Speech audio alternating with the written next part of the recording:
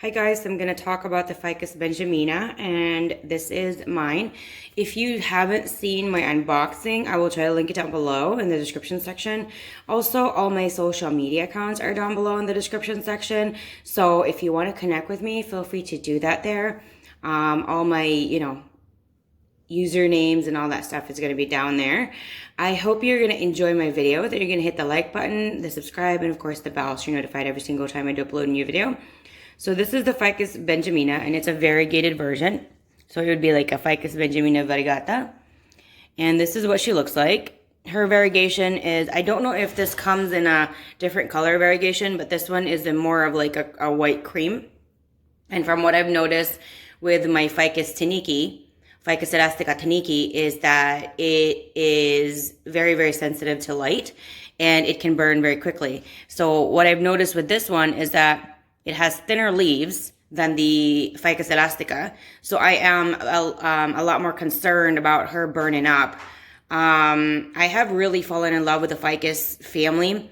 I started with the Ficus lyrata, and now I have a ton of Ficus elasticas, and now I have a Ficus benjamina. I do want another other kinds of ficus, like a Ficus bengalensis. I just can't really get fortunate enough to be able to get one.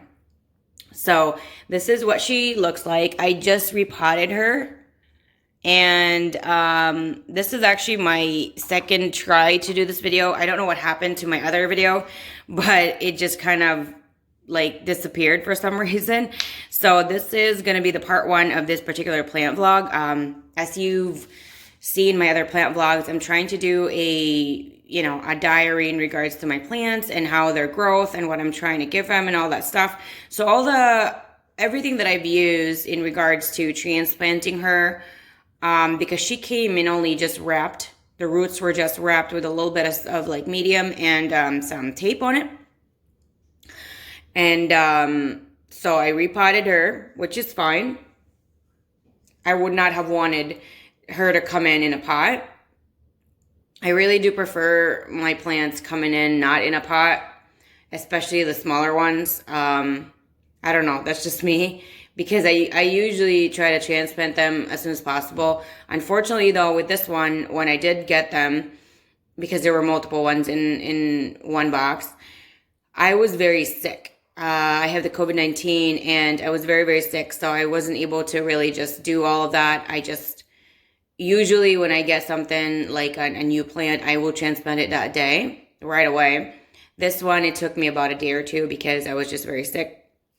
So she's transplanted, and everything that I am using to water her, all that stuff, fertilizer, supplements, everything is going to be down below, and it's going to include also like the dose. I've been doing that with a ton of my last plant vlogs because I want to be able to see what I'm doing, and I get a ton of questions on what kind of dose you're using, how you're using everything, because I do use certain, I would say a little bit more advanced in regards to supplements and fertilizers. So that's why there's a certain dose that you could use, and you could actually adjust that for your needs. For me, I'm just giving you guys what I do use and how I use it and how much I use it with. So this is what she looks like. She's still kind of tiny right now, but ficus really do grow really tall, even indoors. I mean, the only reason they don't really grow crazy tall indoors is because people really cut them up. But if you let them grow, they can grow a few, like I think this one is supposed to grow like 40 feet tall. So she can grow really tall.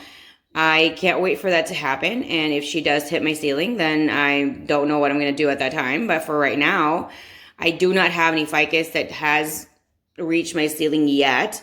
And if they do, I will be very excited, and I will just cross that bridge when I venture to it. But for right now, she's just beautiful as is. The first time I saw her, I was like, I want this. I saw the regular Ficus Benjamina, and it really never really caught my attention, but this one really did. And she is just more beautiful in person. And let me just do a little close up on the leaf right here. She has, like, if you've ever owned a Taniki, or Tiniki, Ficus elastica tiniki.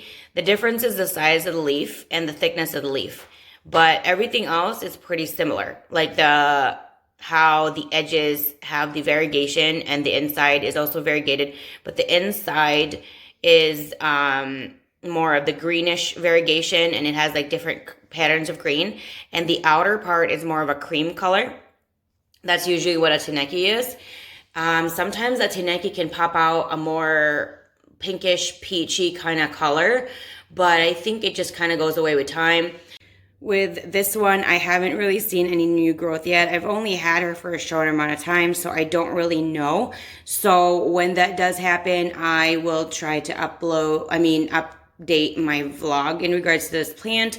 Again, I don't really know. So if it's going to just not have a different color, I probably might decide to push the vlog a little bit further down the line for there is more growth, just to kind of compare it back to back. Oh, the part 1 vlog for this particular plant versus part 2, and this is the amount of time that the difference was, and you could kind of see the growth rate with that. From everywhere that I've seen, this is supposed to have a more of a faster growth rate, but I think if you just give ficus or any kind of ficus like the good elements that they have, I feel like I don't think they grow like super fast, but I like not like a Tridenscantia or a philodendron. Sorry, I'm dyslexic. But I feel like they're more in a medium speed rate, and if you do give them the correct environment, the correct nutrients, I feel like you are going to hit like a faster medium rather than a slow medium, or more of a slow to medium kind of growth rate. So whenever you have certain plants, this is just a tip. If they say things like, oh, this is a low or a medium, bless you, sweetheart, a low or a medium light requirement kind of plant, and you've noticed they've never grown, it's because they can survive in that kind of condition, but if you give them more of what they really do need, they can thrive. So there's a difference in surviving and there's a difference in thriving when it comes to plants. So what I usually strive for is my plants to thrive really, really well so that they become big and healthy and lush. And I get questions all the time from family and friends of my secrets. I do not have secrets. To me, I pay attention to what the plant needs. If the plant really is a low light, like that means they can survive in a higher light condition, but pay attention because philodendrons cannot, from my personal experience, cannot survive in high light conditions, and they can tend to burn. So that's just what I've noticed. And certain plants, if they do say low light, if you put them in a medium, they can survive. If you put them in a high light, they can survive. But if it's a plant that says medium or low light to medium would be the only one you could give them, and then the medium light would be the best one to give them because then they can thrive there. When you're looking for a plant that says bright light, like high light, that means they require a ton of hours of light. And if you do not give them that, that's when you see the plant really kind of looking kind of sickly and sad.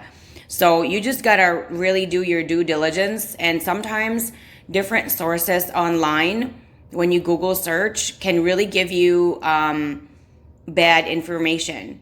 What I would suggest is really pay attention to your plant. Do your due diligence by researching on YouTube from different people, not just one person, different people, because everybody's going to have different variables in their environment.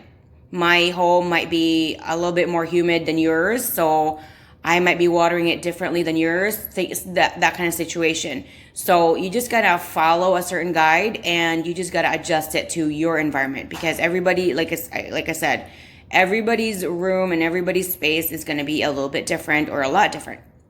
So just pay attention to the plant, kind of have a little bit of a guide so it can kind of help you, and also pay attention to the plant. The plant tries to communicate with you every single time, and it starts with the leaves. So you see some discoloration, you see some droopiness, you see some crispness, the plant is trying to tell you something. So this is my Ficus Benjamina. I hope you enjoyed this plant vlog, and I'll see you guys again next time. Before that though, if you guys want to chit chat about plants, this particular plant, Ficus Benjamina, variegated plants, or anything else when it comes to gardening, let me know down below in the comment section. I love hearing from you guys all the time. And if you don't know this yet, I'm just gonna let you guys know I've been having issues in regards to being updated in regards to people commenting on my channel. And I've reached out to YouTube, and a lot of other YouTubers have said as well that it just happens. It's just a technological lag. So sometimes I might get the notification or I can actually read it. Sometimes, actually a few weeks ago, I noticed that a comment was hidden from me for 2 months. So I apologize for that, but that was not my fault. I do check if there is anything on my end, but if I don't respond right away, that's not really on my end. If I can't see it, there's nothing for me to respond. So I apologize for that, but I do try my very, very best that if I do have any comments, I respond as quickly as I can when I can. Thank you guys so much for the love, support, the positive words, especially in the darkness of my life right now. Thank you guys again, and I'll see you guys again next time. Bye.